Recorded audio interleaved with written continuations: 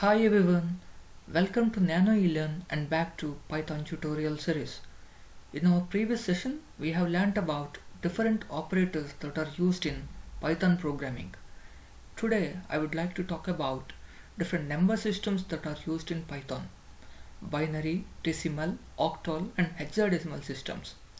Before this, please make sure to subscribe my channel and hit the bell icon to get notified whenever new content is uploaded. If you would like to know clear information about different number systems along with a practical demo, please watch this video completely till the end. Let's get started. Generally, we used to use decimal and binary systems regularly, but there are two other additional number systems which can be used, or octal and hexadecimal number systems.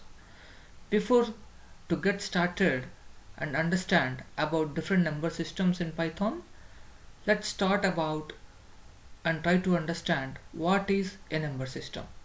Basically, a number system refers to number of symbols or characters used to represent any numerical value. Typically, the number system used is decimal number system. 10 different symbols are used in this decimal number system starting from 0 to 9, which covers 0, 1, 2, 3, 4, 5, 6, 7, 8 and 9. Different number systems include, we have binary, decimal, hexadecimal and octal number systems. These are the types of number systems in Python in much detail. What is binary number system? It uses base 2 and only two symbols 0 and 1. This is how you count in binary as 00, 01, 10, 11, 101 and so on. It uses prefix as 0 small b or 0 capital B. The second decimal number system which we commonly used are decimal number system. It has a base 10 number system, which means that this uses 10 symbols starting from 0 to 9 to represent all the quantities. The next type of number system is octal number system. It uses base 8, which means that it has 8 symbols starting from 0 to 7. These are used to represent all quantities. It uses prefix as 0 small o, 0 capital O. The last type of number system is hexadecimal number system. It uses base 16, which means that it has 16 symbols starting from 0 to 9, and then it starts from A to F to represent all the quantities. It uses prefix as 0 small x or 0 capital X. These are some useful URL links. Let us try to understand this using a practical demo. For this, let me explain about how we can convert from one number system to other number system. If we take a decimal number 15, let us see how we can convert into binary. So for this, we are converting to binary, so it uses a base 2. We need to divide the decimal number with 2 continuously. So here I am dividing with 2. It will be divisible by 7. The remainder is 1, and then 7 is divisible by 3 times. So the remainder is 1. Again, if we divide with 2, it is divisible by 1 and divisible by 2, and the remainder is 1 here. So here we need to take the binary remainders in reverse way, like this 1, 1, 1, 1. So if we would like to convert the same number back to decimal, this is the way we can do that. So we need to add the index as 2 power 0, 2 power 1, 2 power 2 and 2 power 3.